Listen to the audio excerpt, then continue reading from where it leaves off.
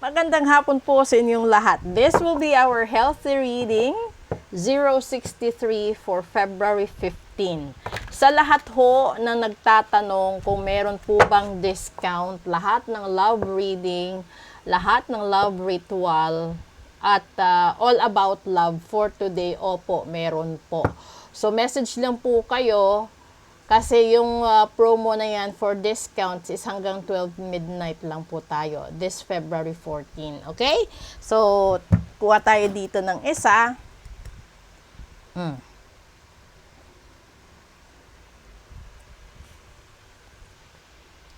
And this is the Queen of Swords. Nako naman. Sa lahat-lahat naman talaga, no?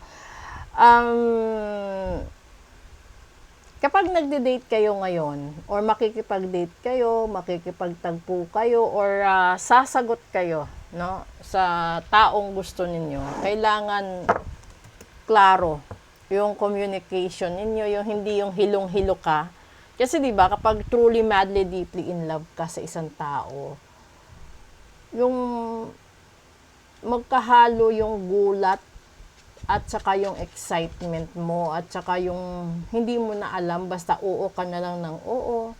Yung nakangiti ka buong araw, hanggang matulog nakangiti. Ito yon. So, para sa kabutihan ng lahat na makikipag-date, makikipag-engage, ano pa ba?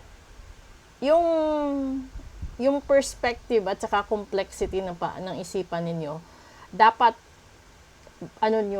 i-recall nyo lagi. Kasi, minsan, hindi na natin naiintindihan yung sinasabi ng iba. And then, parang nahuhulog ka. No? Kasi hindi naman lahat na nakikipag-date nagsasabi ng totoo. Hindi din naman lahat na nakikipag-tagpo or nakikipag-engage is may mga totoo. Kasi lahat, alam naman natin lahat yan na may mga bagay, no, na kapag nanliligaw pa, sobrang bait, sobrang maasikaso, alam nyo yan, diba? The first 3 months of your relationship, hilong-hilo ka, no? Lasing na lasing ka sa pag-ibig sa loob ng unang 3 buwan. Kahit sabihin natin 6 na buwan na relasyon, diba? Yung halos araw-araw siya yung my day mo, siya yung nasa wall mo, siya yung nasa profile pic mo, background pic mo, and then lahat-lahat nandoon. Hanggang sa dumating yung punto na may malalaman ka sa kanya na hindi mo inaasahan. Kasi posible, yung tao, hindi naman lahat, pero posible kasi yung tao na wala yung girlfriend niya, wala yung asawa niya sa tabi niya. Pero kapag dumating yung panahon na babalik yung taong yun sa buhay niya, hindi siya magdadalawang isip na pipiliin yun kesa ikaw. At totoo yan and this is a healthy reading. So, ibig sabihin, kapag yun ay dumating at nangyari, babagsak, guguho ang mundo mo. Dahil darating ka pa sa punto na ididepensa mo pa siya sa pamilya mo, sa kaibigan mo, na hindi siya ganun, hindi siya ganyan, hindi totoo yan, 'di ba?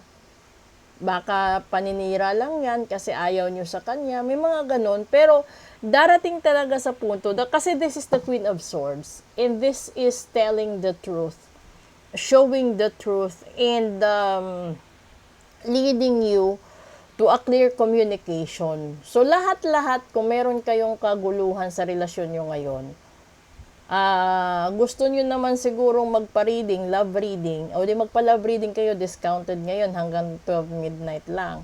Yung love ritual, tsaka yung comeback ritual, ano pa ba yung related sa love? Love protection, binding ritual, naka-discount lahat yon. All about love for today lang po, February 14. Kasi yung reading na ito is February 15, which is tomorrow na po, Saturday. Ngayon, ito yun. Kung gusto nyo talagang malaman yung katotohanan, kung gusto nyo malaman lahat-lahat po. So, message lang po kayo. At po-proceed tayo sa daily episode. Tignan natin kung ano pa yung mga further investigations or truth na lalabas dito sa sitwasyon. Kasi magkakaalaman kayo dito after Valentine's Day. Posible, yung iba kasi hindi makakapag-date ngayon 14 dahil yung sahod is 15, tapos yung iba naman every Saturday naman yung sahod. So, they will go on a date bukas, which is the 15th. And ang yung iba siguro 16 na. Kung yung marami sigurong ka-date, yung iba nasa 14, yung iba nasa 15, yung iba nasa 16 yung schedule. So, alam naman natin yan, okay? So, ito lang. Yung health status dito, stress, depression, broken. Ito yung dala nito na na emosyon. Marami kang malalaman na ikakasakit or ikakasama ng loob mo. Ito yun. Okay? Walang pinipili ito. This is a general reading. So if you are even married, your live-in partners, your girlfriend, your boyfriend, your dating, situationship, etc. Lahat na dito po. Basta makakaramdam ka ng pagsisisi, panghihinayang, broken, yung parang akala mo hindi ka binigyan ng tamang paliwanag, hindi nagsalita ng tama or hindi nagsabi ng totoo. Ito yun. Okay? So let's proceed with daily episode. Maraming salamat po.